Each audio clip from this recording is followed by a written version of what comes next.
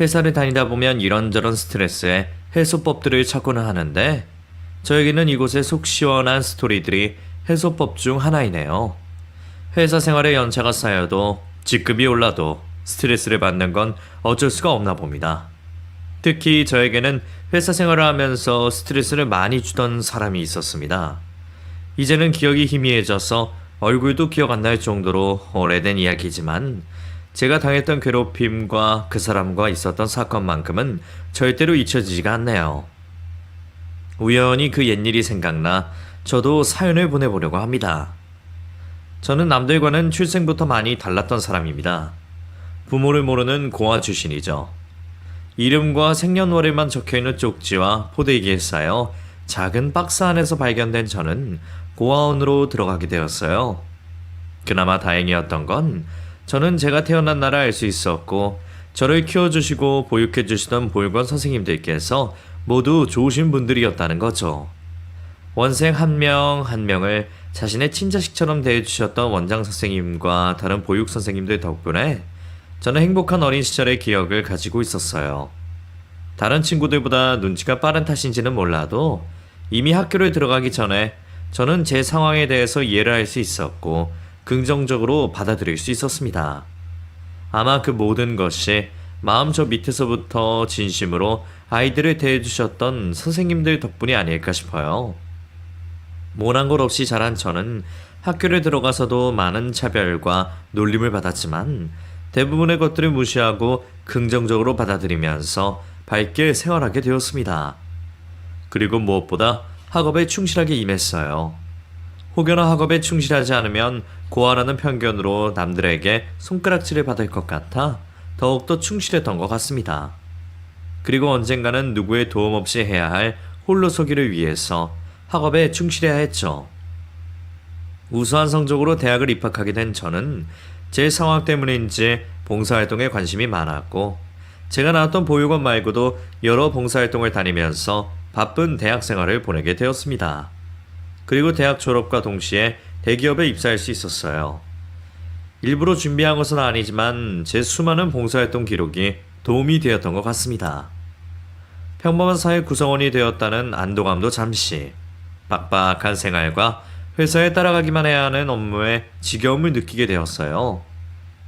몸과 마음이 힘들고 연봉이 적더라도 저는 업무에 관해서는 제 주도로 일을 하고 싶었거든요.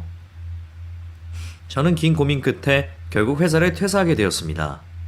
이후 저는 제 전공을 마쳐서 한 식료품 회사에 들어가게 되었습니다. 탄탄한 중견기업이긴 했지만 이전에 다니던 대기업에 비하면 연봉도 낮고 거리도 꽤나 멀었어요. 하지만 무엇보다 마음에 들었던 건 선진적인 기업 문화와 함께 다양한 프로젝트를 시도할 수 있는 환경이었죠. 직급이 낮아도 무엇이 되었든 제가 이끌어 나가는 프로젝트를 하고 싶던 저에게는 너무도 좋은 조건의 회사라고 생각되었습니다. 다행히 경력직 채용이 있어 기회를 놓치지 않고 입사를 하게 되었죠.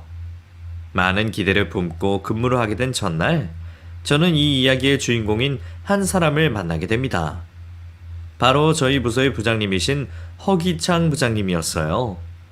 작은 덩치에 하얀 피부까지 또래 남성들보다 젊은 모습의 허 부장님의 첫인상은 매우 좋았습니다.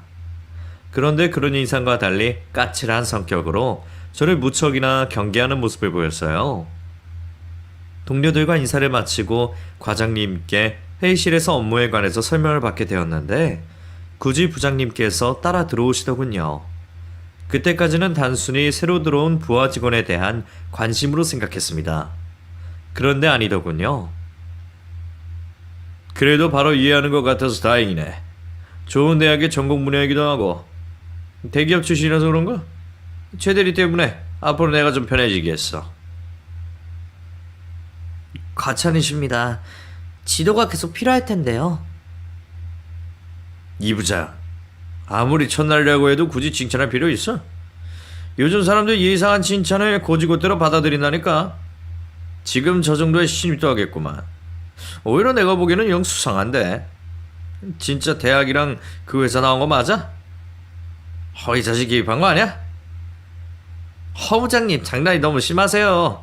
최대리, 허 부장의 말씀은 저렇게 하셔도 좋으신 분이니까 너무 위축되지 않아도 돼. 네 부장, 내가 지금 장난 같아? 회사 생활에 장난이 어디 있어? 최한석 대리라고 했나?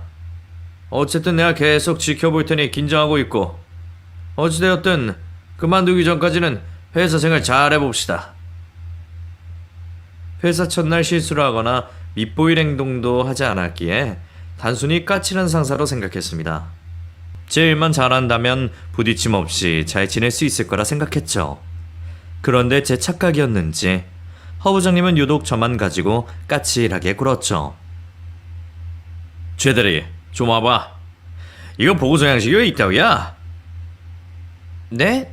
저는 이전에 있던 그대로 알려주신 대로 한 보고서입니다만. 그러니까 왜 그대로 하냐는 말이야. 자네 회사에서 뽑은 이유가 뭐라고 생각해? 그 잘난 대학 졸업하고 대기업에서 왔으면 뭔가 더 나은 모습을 보여줘야 하는 거 아니야? 좀 더 한눈에 확 들어오고 가독성 좋게 만들어서 가져와봐. 그런데 상부에도 올리실 거면 기존 보고서 양식 그대로 하시는 게 좋지 않을까요? 최 대리가 부장이야? 최 대리가 결제받으러 가? 왜? 그 좋은 대학에 대기업 나왔으니까 나 정도의 부장은 무시해도 된다는 건가? 주변에 있던 동료들도 표정이 굳는 걸 보니 누가 봐도 저를 괴롭히려고 하는 모습이었습니다. 그뿐만이 아니었죠. 점심시간 전 업무를 시켜놓고 돌아오면 저를 빼놓고 이미 동료들을 이끌고 식사를 하러 간다거나 일부러 마감 시간 전에 중요한 서류를 줘놓고는 마감 전까지 빨리 하라며 불가능한 일을 재촉하기도 했죠. 지금까지 살면서 제가 있던 곳 어디에서나 꼭 한 명은 있었던 종류의 사람이라 그냥 무시하며 회사를 다녔습니다. 직속 상사이다 보니 별다른 수도 없었고 허 부장님을 제외하면 동료들이나 업무 환경 모두 마음에 들었기에 괜찮았어요. 그리고 주말에 맞아 봉사활동을 하고 나면 일주의 스트레스가 싹 다 가시고는 했죠. 그러면 또 한 주를 버틸 힘이 생기고는 했습니다. 그러다 우연히 회사에서 지원을 해주는 보육원에 봉사활동을 하다 한 여성분을 만나게 되었어요. 보육원과 우리 회사를 연결시켜주신 개인 복지 사업을 하는 분이라고 들었는데 생각보다 젊은 나이에 제가 한번 놀랐고 아름다운 미모에 한 번 더 놀라게 되었죠.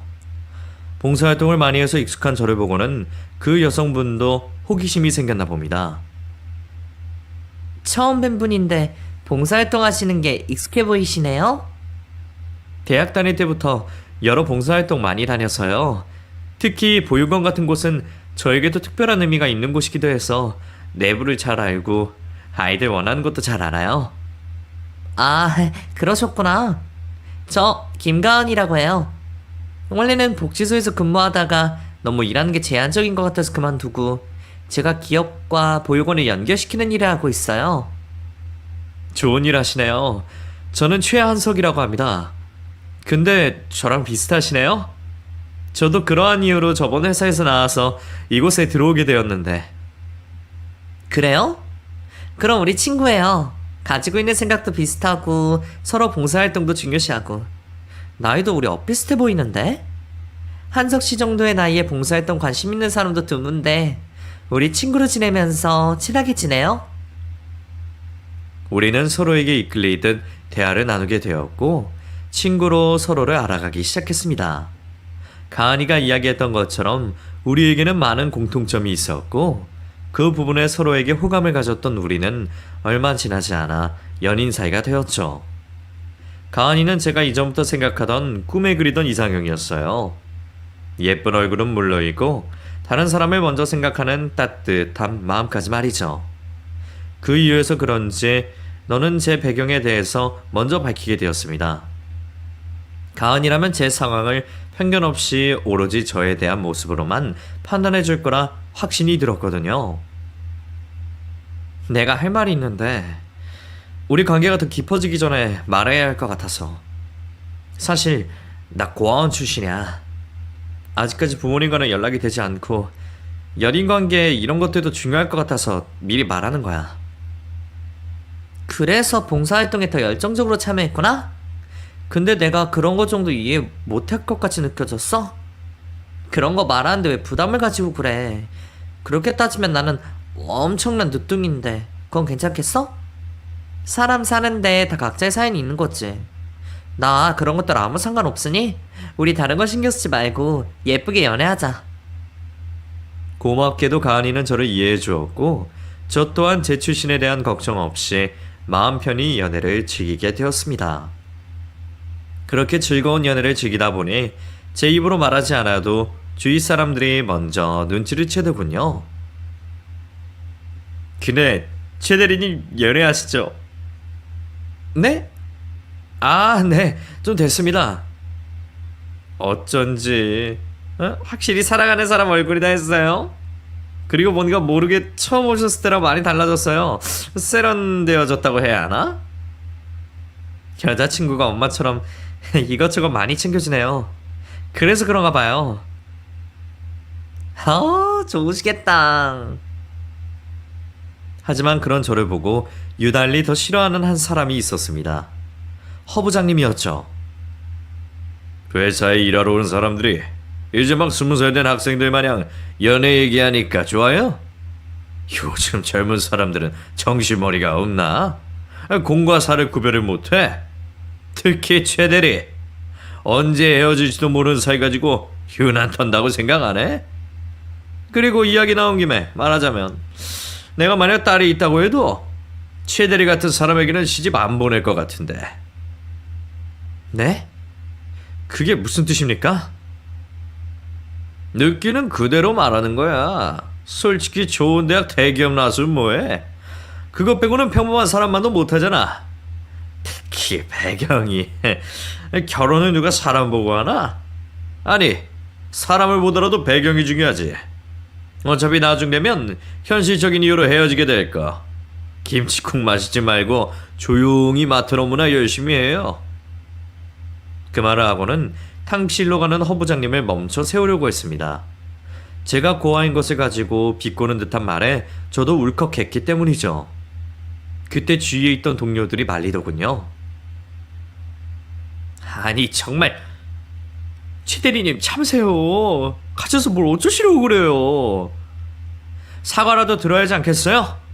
아무리 직속 상사라고 해도 할 말이 있고 아닌 게 있죠. 그럼 다음은요? 다음 일은 어떻게 감당하시려고요? 허 부장님 전화기까지 노총각이라 히스테리 부리시는 거예요. 최 대리님 말고도 다른 사람들도 연애 때문에 허 부장님께 당한 게 여러 번이라고요.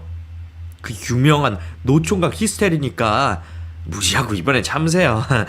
저희가 나중에 심했던 거 아니라고 허 부장님께 말할게요. 그때까지는 몰랐습니다. 당연히 그 나이에 부장까지 달고 있으니 결혼을 했을 거라 생각했어요. 또래 나이 비슷한 직급 회사 상사들과 비교해도 벌써 중학생 자녀를 두고 있을 나이였거든요. 노총각 히스테리가 면죄부가 될 순 없었지만 제가 참고 넘기기로 했습니다. 그 당시만 해도 시대적 상황이 노총각, 노처녀의 히스테리가 당연하게 받아들여졌으니까요. 허 부장님의 히스테리와 괴롭힘은 그 뒤로도 계속되어 갔지만 저는 불쌍한 사람의 한풀이라 무시하며 일일이 대응하지 않고 회사 업무에만 집중하게 되었습니다. 그리고 퇴근 후 가은이와 보낼 생각에 허 부장님 말은 귀에 들어오지도 않았어요. 우리는 예쁜 사랑을 계속해 갔고 어느덧 가은이와 연애를 한 지도 2년이라는 시간이 흘렀죠. 그러다 어느 날 가은이가 깜짝 놀랄 소식을 저에게 전했습니다. 가은이 부모님께서 저를 보고 싶어 한다는 소식이었죠. 정식으로 인사를 드리고 싶은 적은 많았습니다만 어른들이라면 좋아하시지 않을 고아 출신에 중고차 하나 없는 형편이다 보니 괜히 인사를 드리러 갔다 눈밖에 날 것 같아서 차일피일 미루게 되었죠. 직접 가은이 통해서 저를 보고 싶다고 말씀을 하셨다니 더는 미룰 수가 없을 것 같았습니다. 정식으로 인사를 드리러 가게 되었죠. 가은이 부모님을 뵙기 전 마음의 준비를 단단히 했습니다.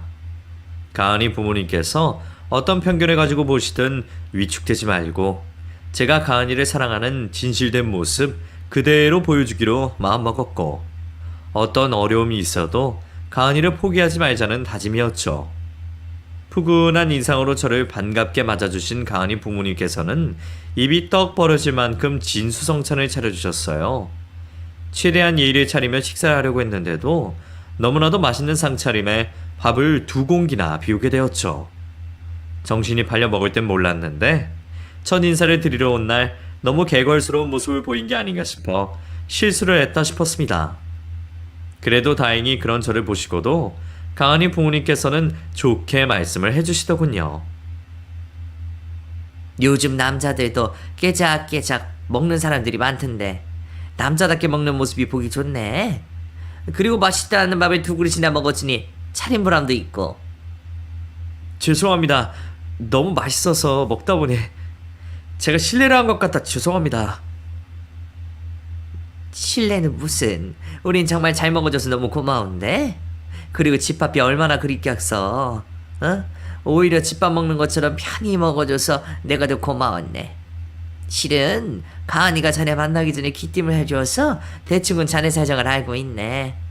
그래서 여기까지 찾아오는 것도 큰 마음 먹고 왔을 거라는 것도 짐작하고 있고. 그런데 우리들 앞에서는 편하게 행동하게. 자네 사정이 뭐 어때서 그래? 마음 착하고 성실하고 매사 열심히 살고 덕분에 좋은 대학 나와서 대기업에도 입사했었지 않았나? 그것뿐이야? 남들은 보장되는 연봉과 삶에 만족하고 살아가는데 꿈을 쫓아서 퇴사까지 결정하고 적성에 맞는 회사로 들어갔다지? 그리고 지금까지도 봉사활동하러 다닌다면서 어디서 자네 같은 사회감을 찾겠나? 사람은 배경이 중요한 게 아니야. 결혼이 사람 대 사람이 하는 건데 사람이 중요하지. 우리 딸 열심히 그리고 소중하게 키웠네. 자네가 가은이 평생 사랑해준다고 약속만 해준다면 나는 당장에 자네를 사이로 맞이하겠네. 그래, 우리 가은 평생 사랑해줄 수 있어? 바로 입에서 당연하다고 말을 했어야 했는데 전혀 예상하지 못한 장모님의 말씀에 너무 놀랐고 그 따뜻한 위로로 인해 눈물이 먼저 흘러나왔습니다.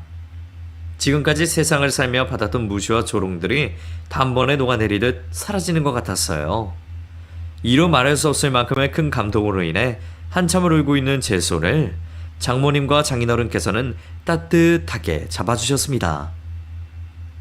그 가슴 따뜻했던 밤을 생각하면 아직도 콧잔등이 시큰하네요. 그렇게 인사를 드리러 간 날 예상치 못하게 교제 허락이 아닌 결혼 허락을 받게 되었고 천천히 결혼 준비를 하게 되었습니다. 전원 생활을 하시는 장인 장모님께서는 자신들은 이제 더 이상 돈 들어갈 곳이 없다며 감사하게도 아파트를 구해주셨습니다. 아무리 은퇴를 하시고 노후 자금과 함께 자식 결혼 비용을 저축하셨다고 하지만 그 큰 돈을 선뜻 내주시는 게 감사했어요. 한참 모자란 저를 배려해 주시는 장인 장모님 덕분에 금전적인 부분에서 걱정을 덜게 되었습니다. 그 후에도 결혼 준비로 여자친구와 저는 바쁘고 힘든 일정에 치여갔지만 둘이서 그 고생을 하는 것도 좋았어요. 고생을 하고 있지만 행복했죠. 하지만 결혼에 대해 저에게 조언을 해줄 사람이 곁에 없어서 하나부터 열까지 결혼을 한 주변 사람들에게 물어봐야 했고 회사 동료들에게 쉬는 시간과 식사 시간 틈을 이용해 결혼 준비에 도움이 되는 이야기를 듣고는 했죠. 혹시나 저희 부장님께서 제 결혼 이야기를 듣고서는 또 무슨 시비를 걸어올까 싶어 나름 조심한다고 조심했는데 좁디 좁은 사원들 관계로 인해서 듣게 되었나 봅니다. 제 걱정대로 이번에도 괜한 트집을 잡아 시비를 걸었죠. 최 대리, 진행한다는 프로젝트 왜 이렇게 진행 보고가 늦어? 요즘에 결혼 준비로 바쁘다고 하더니 일과 시간에도 결혼 준비에 여념이 없나? 딴짓거리 하면서도 월급 따박따박 나오니 좋아? 좋냐고? 부장님, 저번에 올린 보고서에 다음 예정 보고서 제출날이 적혀 있었습니다. 변화값에 대한 데이터가 확인되려면 시간이 필요하다는 이유도 적혀 있고요. 그리고 일과 시간 중에는 절대로 사적인 일을 하지 않으니까 괜한 추측성 오해는 안 해주셨으면 합니다. 아, 맞다.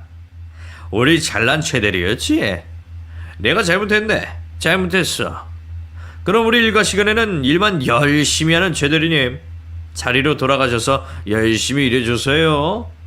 덕분에 우리 회사가 잘 돌아갑니다. 그 후에도 제가 잠시라도 딴짓을 하는 모습이 보이면 대놓고 주위 회사 사람들에게 들으라며 큰 소리로 알리고는 했습니다. 이미 주위 직원들도 저를 싫어하여 부장님이 괜한 트집을 잡는 것을 알고 있어 관심 가지진 않았지만 제 입장에서는 회사 내에서 소란스러워지며 부당한 대우를 받는 게 점점 더 참기 힘들어지기 시작했죠. 그나마 참을 수 있었던 건 제 곁에 여자친구가 있었기 때문이었습니다. 아름다운 여자친구가 곧 제 아내가 되어 함께 가정을 꾸린다고 생각하니 이 정도의 괴롭힘이야 견디어내자는 생각이 들더군요. 그래서 저도 부장님이 저에게 하는 대우를 최대한 무시하면서 지냈습니다. 그런데 제 결혼 때문인지 부장님은 더 유치하게 굴었죠. 결혼식을 한 달 정도 앞두고 회사 내 같은 부서분들께 청첩장을 돌리게 되었습니다. 물론 주긴 싫었지만 다들 보는 눈이 있었기에 부장님도 빼놓지 않고 청첩장을 드렸죠. 뭐야, 여기에서 결혼을 해? 난 못 가겠네. 여기서 밥 먹으려고 축의금 내면 오히려 손해지. 최대리, 뭐 이런 곳에서 하나? 이왕 하는 결혼식이면 좀 좋은 곳에서 하지. 처음부터 이런 곳에서 시작해서 결혼 생활이 문제없이 지낼 수 있겠어? 최대리가 여자 마음을 너무 모르네. 왜요, 부장님? 최대리가 괜찮은 거 골랐는데 안 그래도 저번 달에 제 지인이 저기서 했는데 넓어서 하객들 많이 와도 쾌적하고 깔끔하더라고요. 그리고 여기 갈비탕 맛집이에요, 맛집. 그래? 내가 다른 곳에서 착각을 했나? 뭐 어쨌든 어느 집 여자든 최대리랑 결혼하면 미치는 거니까 이왕 하는 결혼식이면 더 좋은 곳에서 해줘야 하는 거 아니야? 나는 이날 바빠서 못 가겠고 나중에 최대리 결혼 생활에 문제 생기면 그때 인생의 선배로서 위로해주면서 술이나 살게. 그리고 결혼하고 여행 간다고 회사 빠질 거 아니야? 최대리 때문에 다른 사람 업무에 피해 없도록 전날까지 밤을 새는 일이 있어도 다 해놔. 알았지? 좀스러운 부장님 모습에 다른 사원들마저 제 표정을 살피고 있었고 저 때문에 다른 동료들의 분위기마저 망치기 싫어 애써 웃으며 넘어가게 되었습니다. 그래도 부장님이 사라지고 다들 저를 위로해 주려고 하는 부장님 뒷담화에 마음이 조금 풀리긴 했었죠. 며칠 후 결혼식 기념으로 하는 술자리에서도 허 부장님은 굳이 끼어서는 축하주, 벌주라며 괜히 저를 괴롭히더군요. 물론 저보다 먼저 고주망태가 되어서 자리를 일찍이 떠나 다행히 다른 동료들과 즐거운 시간을 보낼 수는 있었습니다. 어느덧 결혼식 날이 밝았고 제 인생에 있어 절대로 잊을 수 없는 날을 맞이하게 되었습니다. 혼주석에는 저를 낳아주신 부모님을 대신하여 보육원 원장 선생님 네 분들께서 계셔주셨고 아내는 저희 부모님이라고 당당히 말할 수 있는 아버님의 손을 붙잡고 저에게 와주었습니다. 그리고 우리는 서로에게 영원할 거라는 성혼 선언문부터 혼인 서약서를 거쳐 진정한 부부임을 수많은 하객들 축복석에서 공표하게 되었습니다. 그 순간이 제가 다시 태어나 제2의 인생을 맞이하게 되는 반환점이 되었어요. 저는 심적으로나 법적으로 더 이상 혼자가 아니었고 이제는 저 또한 누군가의 남편으로 사이로서 살아가야 한다는 기분 좋은 책임감도 느낄 수 있었죠. 행복한 결혼식을 마치고 꿈같은 신혼여행에 돌아오게 된 저는 아내와의 헤어짐을 아쉬워하며 다시 회사로 출근하게 되었습니다.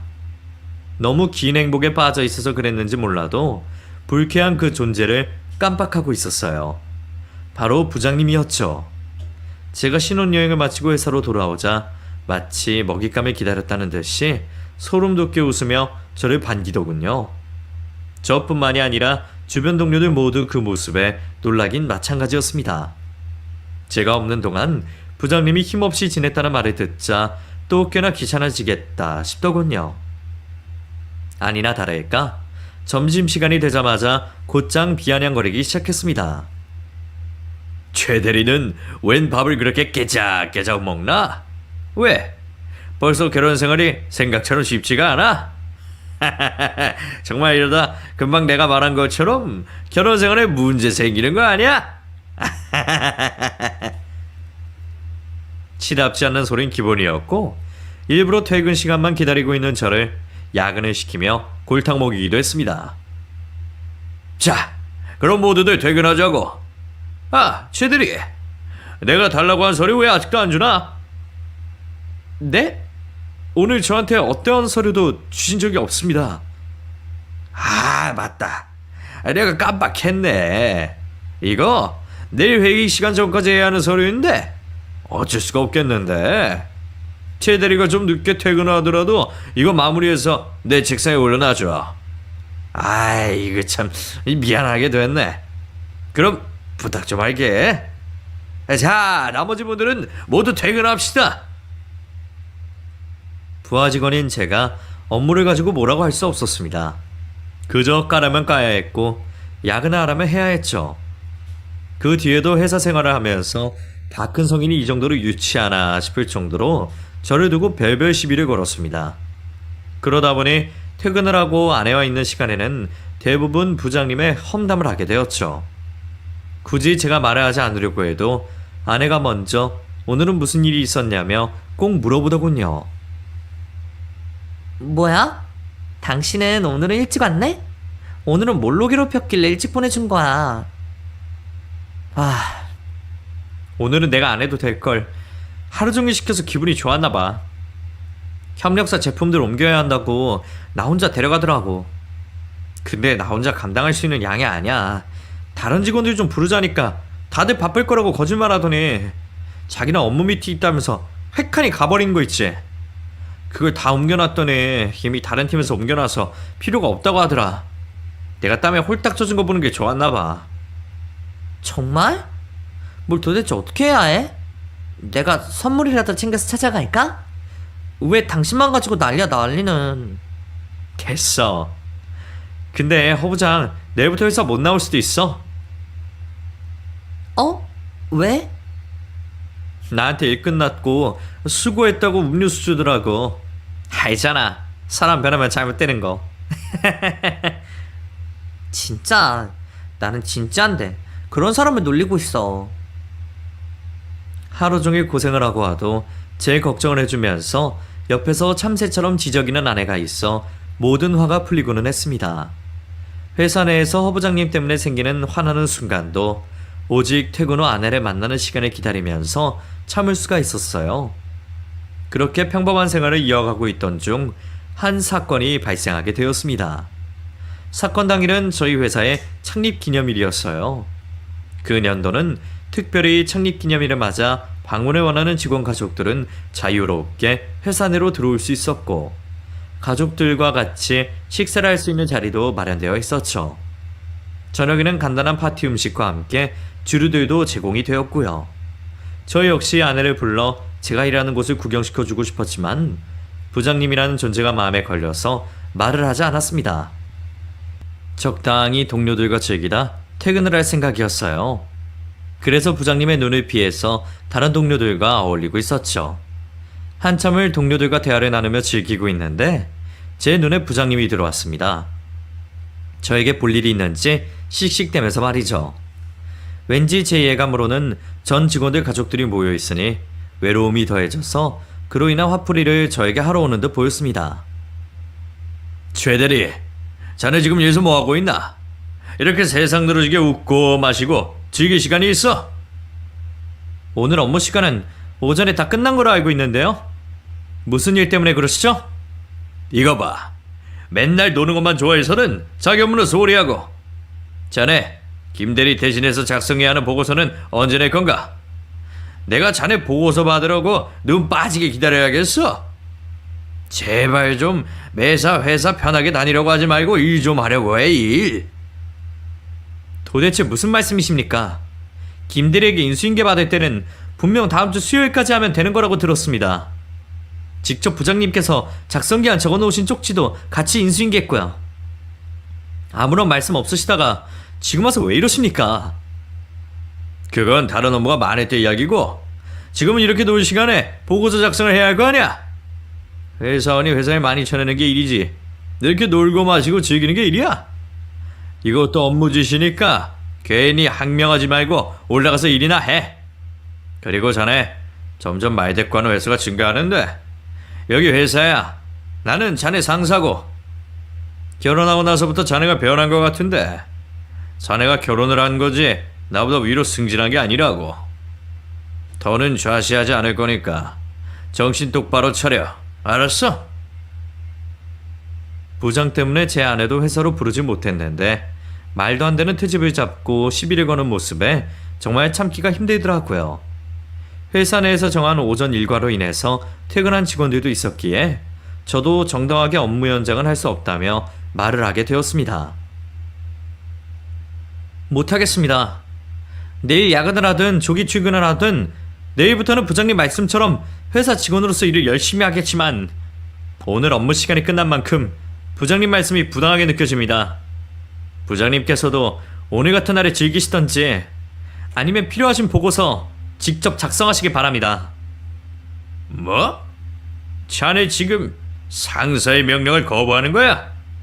이따위로 행동하면 사내 징계도 내릴 수 있는 건 몰라? 지금 막 나가자는 건가? 하기야 어릴 때 인성을 제대로 잡아줄 사람이 없어 커서 그런지 조직생활 망치고 위기질서에 들이박는 걸 잘 알아봐.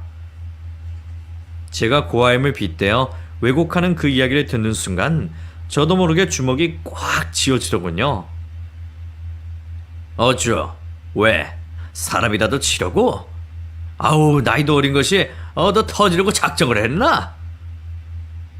덩치도 작은 사람이 오히려 저를 폭행하는 행동을 취하면서 위협하더군요. 끓어오르는 마음에 허부장을 노려보는 순간 허부장 뒤편으로 제 아내와 함께 장모님이 보였습니다. 언제부터인지 몰라도 두 사람이 제가 당하고 있는 모습을 보고 있었던 것 같았죠. 두 사람의 굴욕적인 모습을 보일 수가 없어 저는 받아치기로 했습니다. 해보십시오. 누가 나가 떨어지는지. 주위 사람들은 이미 다 알고 있는 것 같은데 먼저 폭력 쓰려면 하십시오. 그런데 저 이번 일 무조건 문제 삼을 거고 앞으로부터는 부장님이 저에게 하시는 인격 모독 및 괴롭힘 참지 않을 겁니다. 뭐? 이 자식이 정말 계급장 떼자는 소리야? 말로 받아치자 허부장은 화로에 참을 수가 없었는지 구두발로 저를 휙 걷어차더군요. 끝끝내 폭력까지 휘두르게 되자 주변 동료들도 나서서 말리게 되었고 그에 더 흥분한 모습을 보이는 허부장이었습니다. 자네, 내 사위한테 뭐하는 짓인가? 아무리 상사라지만 부하 직원한테 업무 시간 외에 인격 모독과 폭력을 휘두를 수 있어? 장모님께서 그 모습을 보시고 소리치셨고 그 외침에 회사 실장님께서 급히 곁으로 오셨어요. 도대체 회장님을 곁에서 모시는 실장님과 어떤 사이이시길래 실장님이 직접 나서는지 의문을 표하고 있을 때 실장님 입에서 장모님을 회장님이라고 부르셨습니다. 저뿐만 아니라 근처에 있던 회사 직원 모두가 그 자리에서 멈춰 돌아가는 상황을 알아내려 급급했죠. 실장님의 중재로 저와 허부장은 서로 떨어지게 되었고 가족들 곁으로 돌아가게 되었습니다. 저는 아내와 장모님 곁으로 가 무슨 상황이 벌어지고 있는지 물어보게 되었죠. 그리고 놀라운 사실을 알게 되었습니다. 저희 장모님께서 이 회사의 초대 회장님이었어요. 물론 초대 회장님께서 여성이라는 것도 알고 있었고 동상과 사진도 걸려 있었지만 젊은 시절의 모습으로 제가 눈치를 채지 못했었나 봅니다. 하기야 평범하신 우리 장모님을 애초에 회장님이라고 생각한 적이 없으니 설령 현재 얼굴이었다고 해도 알아보지 못했을 것 같아요. 어린 시절 가난한 형편 때문에 제대로 된 교육을 받을 수 없으시던 장모님께서는 부모님을 도와 시장에서 일을 도우셨다고 합니다. 학교를 다니지 않아도 셈은 누구보다 빠르셨던 장모님께서는 먼 곳까지 나가셔서 물건을 가지고 와 떼다 파셨다고 해요. 어떻게 보면 그게 첫 사업이셨던 거죠. 수요와 공급이라는 기본적인 사업 구조에 홀로서 눈을 뜨신 장모님께서는 더 많은 물건과 제품들을 구하기 위해 직접 발로 뛰시면서 점차 거래하는 지역을 넓히셨고 상사와 비슷한 식료품점 가게를 차리셨던 거죠. 그 후에도 못다한 공부를 하러 다니시며 사업에도 열중하셨고 단순히 식료품에 대답하는 트레이딩 사업에서 직접 제조와 유통을 하시는 사업을 하시겠다며 회사를 차리게 되신 겁니다. 여성 홀로 하는 사업으로 인해 많은 불공정과 무시를 받은 탓에 직접 세운 회사에서는 평등과 공정을 우선으로 생각하셨다고 합니다. 시간이 지나며 자신의 기준에 스스로가 회사를 이끌어가기에 부족함을 느끼신 장모님께서는 세습 경영을 하시지 않기로 하셨다고 해요. 그래서 오랜 근무로 인해서 회사 사업 방향의 이해도가 높고 능력이 뛰어나신 지금의 회장님을 추천하여 투표로 선임하셨던 거죠. 그 후 완전히 사업과는 떨어져 아버님과 같이 자연인처럼 편안한 노후를 보내고 계셨던 겁니다. 결혼식을 올리면서 알 수도 있었을 텐데 그날 제가 너무나도 긴장한 탓에 주변을 둘러볼 경황이 없었나 봅니다. 죄송합니다, 장모님. 장모님께서 초대회장님이신 걸 몰라보고. 그러면 나를 대하는 게 달라지나? 오히려 몰라봐서 좋았네. 처음부터 알아봤으면 괜히 불편만 하지. 이렇게 가깝게 지낼 수도 있겠나? 지금도 전과 다른 건 없네. 나는 이미 진작에 은퇴한 사람이고 아무런 영향력도 없어. 그냥 옛 생각도 나고 자네 장모로 쓰이고 세운 건데 그런 일이 벌어지고 있지 않나? 그리고 장모로서 그 정도 말은 할 수도 있고 자네 상사에게도 이번 일로 문제 삼거나 불이익 가는 건 없을 거야. 불이익을 줬다면 내가 한참 전에 가은이에게 자네 이야기를 들어줬을 때 줬겠지. 회사 생활의 부당함의 기준이 애매하게 했지만 누가 기준점을 세워도 벗어나는 일이면 즉시 회사에 말을 하게. 그렇게 계속 참고만 있지 말고 자네를 구워준 건 장모로서 기분 좋은데 늙으니까 괜히 분위기를 망친 것 같아 미안하구만. 우리가 떠나야 분위기가 살 듯하니 우리 가족끼리 저녁 식사나 하러 가세. 회사를 나가면서 흡연구역에서 담배를 피고 있는 허부장을 보니 뒤늦게 장모님의 정체를 알고 무척이나 초조해하는 듯 보였습니다. 그리고 그 모습은 다음 날에도 계속되었어요. 지금까지 저에게 한 일이 있어 제 발이 저린 건지 제가 입사를 하고 나서 처음으로 조용하고 누가 하나 건들지 않는 모습을 보게 되었죠. 거기다 저에게 절대로 하지 않을 것 같던 사과도 하더군요. 자, 그러면 다들 퇴근을 하세요. 부장님, 그럼 먼저 가보겠습니다. 내일 뵙겠습니다. 최 대리, 잠깐 나 좀 볼까? 네? 무슨 일 때문에 그러시죠?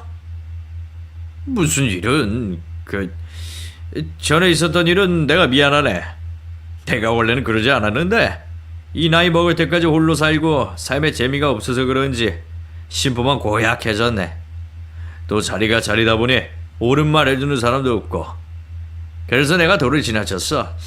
자네한테 처음부터 악감정이 있던 건 아닌데 그냥 히스테리를 부리고 그랬나봐. 미안하네. 사과해 주신다면 거절하지 않고 받겠습니다. 이미 지난 일이니 저도 다 털어냈고요.